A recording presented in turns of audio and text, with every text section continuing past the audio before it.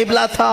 حضور صلی اللہ علیہ وسلم 17 مہینے تک بیت المقدس کی طرف منہ کر کے نماز پڑھاتے رہے. مدینہ طیبہ میں ایک علاقہ ہے آج بھی وہاں جہاں آج مسجد قبلتین بنی ہوئی ہے, وہاں میرے آقا صلی اللہ علیہ وسلم ظہر کی نماز پڑھا رہے تھے. 2 رکعت ہو چکی تھی. بیت المقدس اس طرف ہے, خانہ کعبہ اس طرف ہے, دونوں اپوزٹ سائیڈ میں ہیں.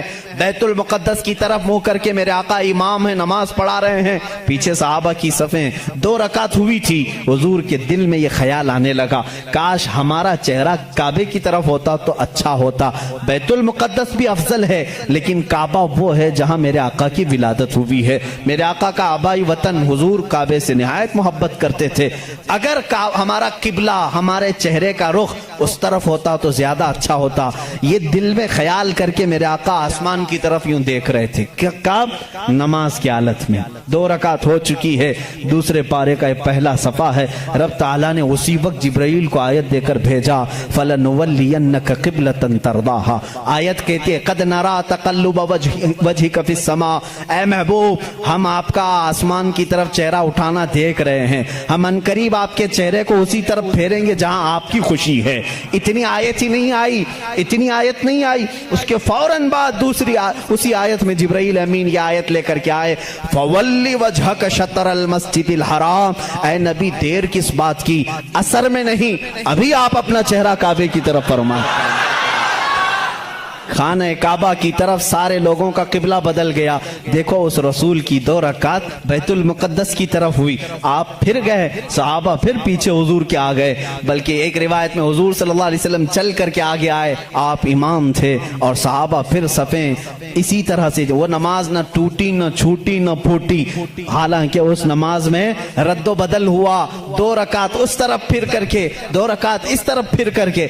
ہم اگر پھریں گے تو نماز ٹوٹ جائے گی. وہ صحابہ کی نماز ٹوٹی نہیں, اس لیے کہ اس میں درس ہے. نماز تو اصل وہی ہے جو فرمان مصطفیٰ کے تابع ہو, رسول جس طرف رخ کرے. اور صحابہ کا یہ مذہب بھی تھا. کچھ صحابہ بیان کر رہے ہیں, بخاری شریف کی حدیث ہے, مسلم میں حدیث ہے. ایک صحابی سے پوچھا گیا, حضور اکرم صلی اللہ تعالیٰ علیہ وسلم ظہر اور عصر کی نماز میں کچھ پڑھتے تھے کہ نہیں پڑھتے تھے؟ سری نماز ہے نا, قرات تو نہیں ہوتی تھی, لیکن حضور امام ہوتے, وہ خود بھی خاموش کھڑے ہوتے یا پڑھتے تھے؟ یہ بڑا عجیب سوال ہے نا. اب ظہر کی نماز میں حضور کچھ پڑھتے بھی تھے کہ نہیں پڑھتے تھے؟ سب امام خاموش رہتے ہیں, لیکن آپ نے کبھی پوچھا, امام صاحب آپ خاموش تو ہیں, سیدھے منہ بند کر کے کھڑے رہتے ہیں یا کچھ آپ ہلکے ہلکے میں پڑھتے ہیں؟ صحابہ سے کسی نے پوچھا, کچھ صحابہ نے کہا نہیں حضور پڑھتے ہیں. سنائی تو کسی کو نہیں دیتا تھا.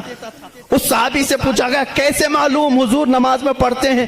کہتے ہیں حضور اکرم صلی اللہ علیہ وسلم کی داڑھی ہلتی ہوئی ہم نماز میں دیکھتے تھے.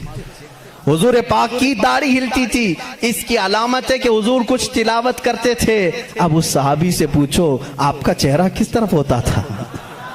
آپ کا چہرہ کس طرف ہوتا تھا؟ نماز تو قبلے کی طرف منہ کر کے پڑھی جاتی ہے, آپ حضور کا چہرہ دیکھ رہے تھے, داڑھی ہلتی ہوئی دیکھ رہے تھے. وہ صحابی کی زبان سے بھی وہی ان کی روح پکارے گی جو اعلیٰ حضرت نے کہا ہے, حاجیو آؤ شہنشاہ کا روزہ دیکھو, کعبہ تو دیکھ چکے, کعبے کا کعبہ دیکھو.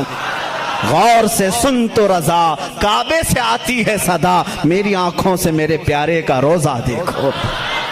کعبے کا وہ کعبہ ہے, صحابہ اکرام دیکھتے تھے. تو میں یہاں پر بات یہ کر رہا تھا, زردشتی مذہب میں, پارسیوں کے مذہب میں جو کتاب ان کی مقدس ہے جس کو زندہ وسطہ کہتے ہیں, اس میں یہ بشارت انہوں نے دی ہے, ایک نبی آئے گا, ایک شخص آئے گا, عرب میں پیدا ہوگا, آگ کو بجھا دے گا اور سارے لوگوں کا منہ پھیر کر کے کہاں کرے گا؟ کعبے کی طرف کر دے گا. انہوں نے جو کہا تھا وہ صحیح کہا تھا.